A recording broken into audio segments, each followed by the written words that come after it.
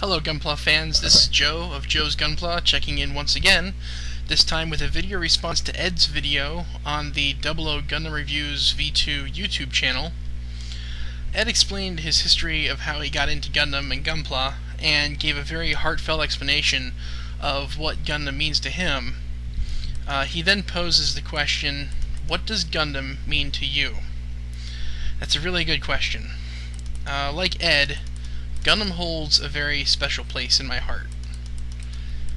It all started way back in the spring of 2000, I believe it was April, and I feel like it was spring break or Easter, which for my school district didn't always coincide. I was 13 years old, and at the time I was just learning how to coax my mom into letting me order stuff off the internet, and getting her to help me get money orders and checks and stuff sent off. I was on the cusp of becoming obsessed with Bandai's Mega Armor series of Rockman, or Mega Man in the US, line of figures. I was at my cousin's house talking to him about it, and he shows me this little figure. And I remember it very clearly. It had, two sickle-shaped swords, an Uzi-looking gun, and a shield that sort of looked like the head of a snake. And I thought it was pretty cool. My cousin tells me it's called the Sandrock, and it was a Gundam, which I had never heard of before. He hands me this fold-out flyer that he said came with the figure, and I'm looking at it and I think to myself, that one with the scythe would make a pretty good stand-in for Sigma. Bandai had never made like a Sigma figure for the Mega Armor series. I had Vile Mark II, or Vava in Japan. I had the red version of Zero, and I had the Max Armor Mega Man. But, two good guys, one bad guy, I felt like I wanted a Sigma.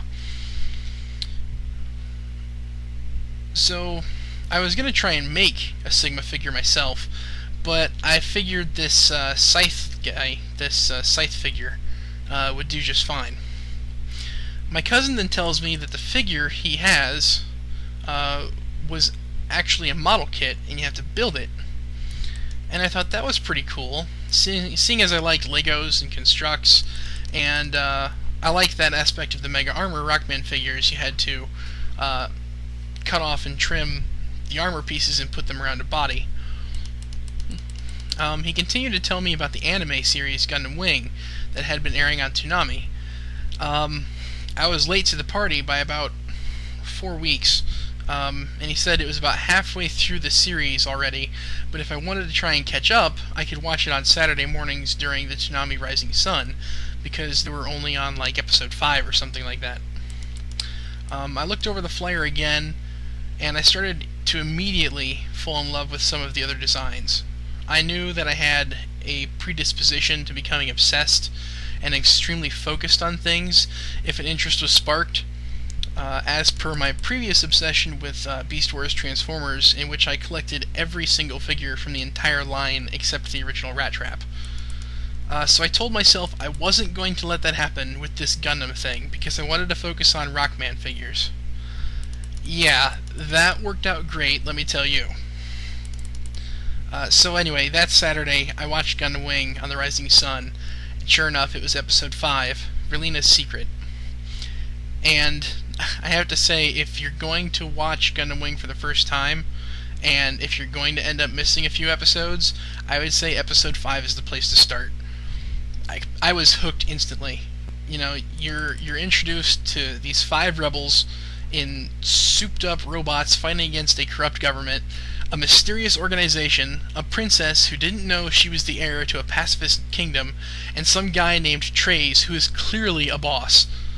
I loved it. The heroes being totally outnumbered, the political drama and the moral debates, and various codes of honor amongst the characters. It was just the perfect series for me back then. So, Mega Man went by the wayside, never to return to the forefront of my obsessions. And as soon as I had enough money, I went to Toys R Us and bought my very first kits, the 1:100 scale Wing Gundam and 1:100 scale Death Scythe. I was still trying to see how good of a Sigma stand-in Death Scythe would be, but I also really just liked Duo and his Gundam.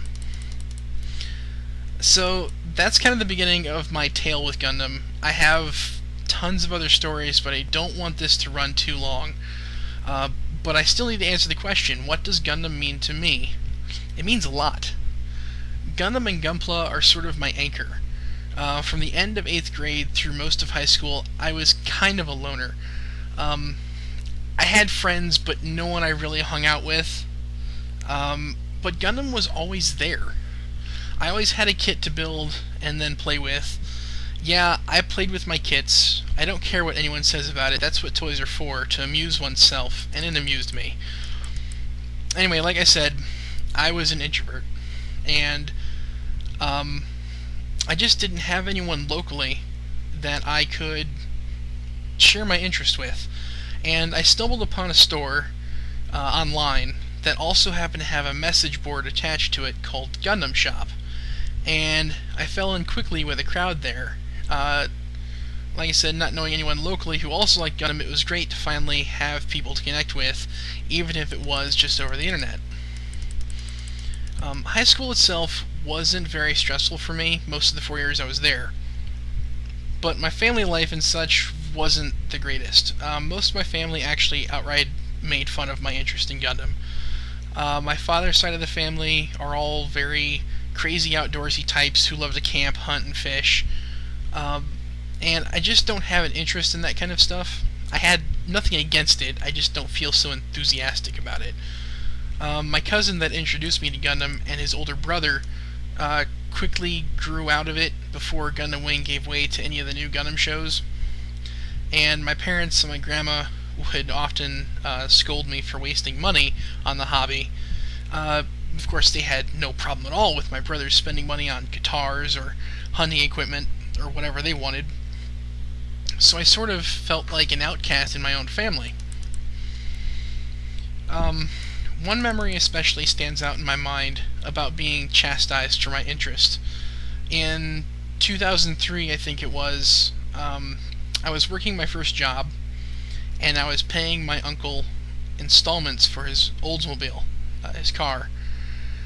And one day he comes over to my parents' house and tells me that he was having some big trouble with the car. It wouldn't feel right selling it to me, and I appreciated his honesty. So he counts out all the money I had given him and holds it out to me.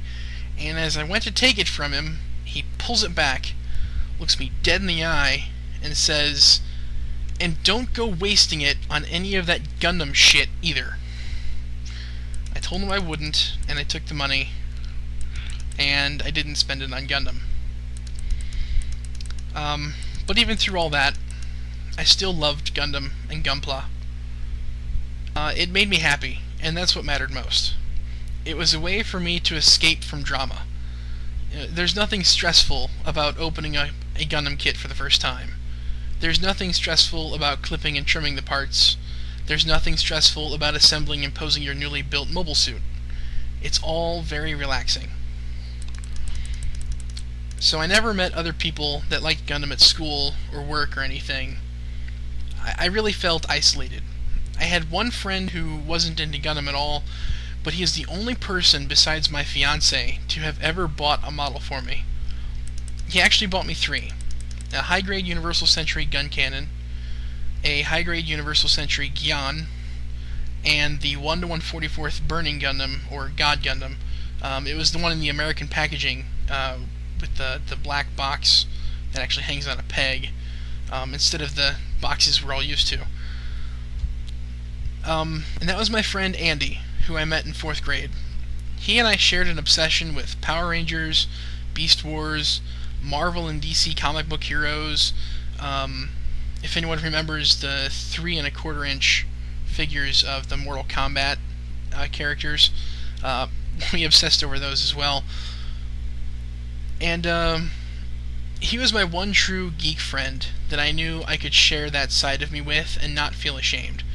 So even though he didn't have any interest in Gundam at all, he did buy me those kits, and I'll never forget him for that.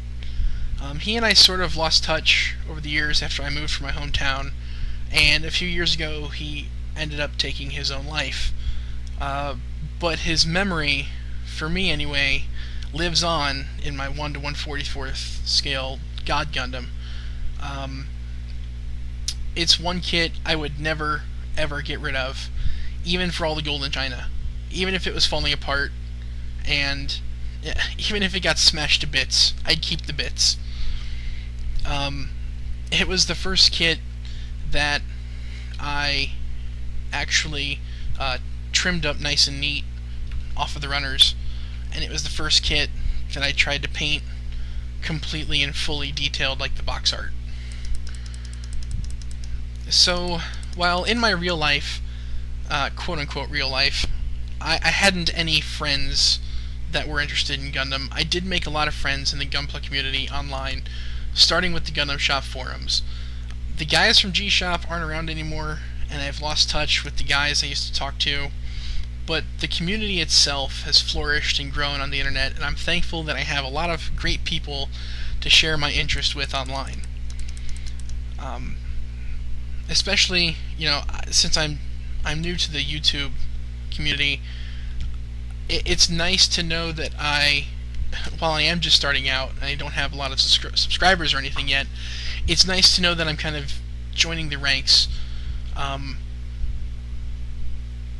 I hope one day to actually be able to talk to people like Henry, Vegeta 8259, Prime 92, Strider Prime, Robert 184, Too Old for Toys, and all of them. I really wish that someday I can get on their level of popularity and be able to kind of hobnob with the I don't want to say they're the elite, but I mean they're the pioneers, I guess, of this whole YouTube community.